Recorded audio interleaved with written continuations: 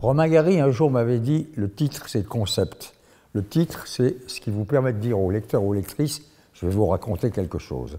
Donc, ce titre va raconter quoi? Deux Gimlet sur la 5e avenue. Deux, ça veut dire qu'il y a au moins deux personnes dans l'histoire. Un homme, une femme, un homme, une femme. En tout cas, ils sont deux. Deux Gimlet. Le mot Gimlet, je l'ai choisi parce que justement, on va me dire, c'est quoi un Gimlet? Tout le monde ne sait pas que c'est un drink américain de gin avec du citron vert. C'est un peu snob, mais c'est intéressant parce que, justement, ça allume la curiosité. Et sur la 5e avenue, pour bien faire comprendre aux gens qu'une bonne partie du récit, du roman, se déroule à New York. Pour moi, le titre est une certaine façon de personnaliser les choses et intéresser le lecteur, parce que ce qui compte pour moi, c'est ceux qui nous lisent ou qui devraient nous lire doivent tout de suite être attirés, séduits, intéressés.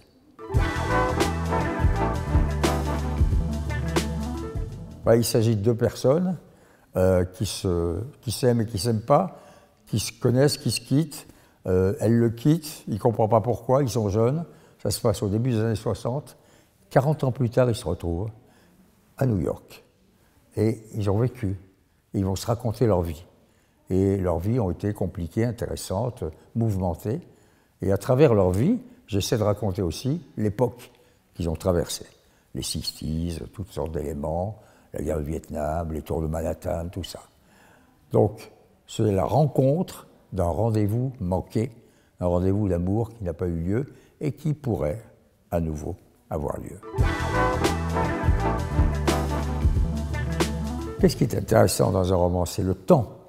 Donc il y a eu un temps, la jeunesse, la naïveté, l'innocence, l'insolence du personnage masculin qui s'appelle Lucas, et puis une époque. Pour moi, les années 60 au début à Paris, c'est la fin d'une époque. Donc ça me permet, sinon de la nostalgie, du moins, d'évoquer un moment de la vie de la France. Et puis ensuite, 40 ans plus tard, qu'est-ce qui s'est passé?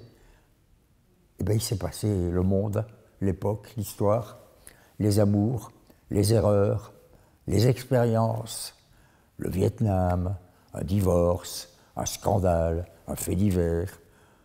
Donc qu'est-ce que j'ai essayé de faire justement en choisissant des périodes assez longues? C'est de faire le passage du temps et la transformation des personnages, ce qu'ils deviennent. Comment à 60 ans, puisque quand ils se retrouvent, nos deux personnages, ils ont 60 ans. Ils se sont connus à 20, ils se sont quittés à 20, à 60.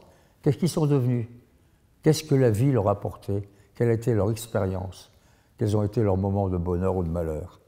C'est ça un roman. C'est la traversée de la vie par des personnages.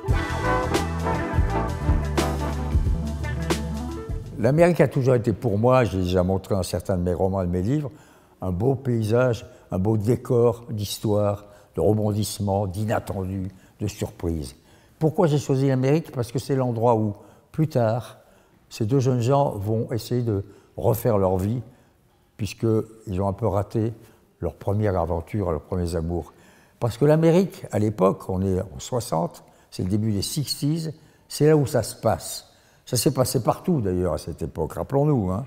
C'est la grande décennie des transformations, la jeunesse, les hippies, la guerre du Vietnam, les assassinats politiques. Il y a eu tout ça. Il y a Bob Dylan, il y a la musique américaine qui débarque.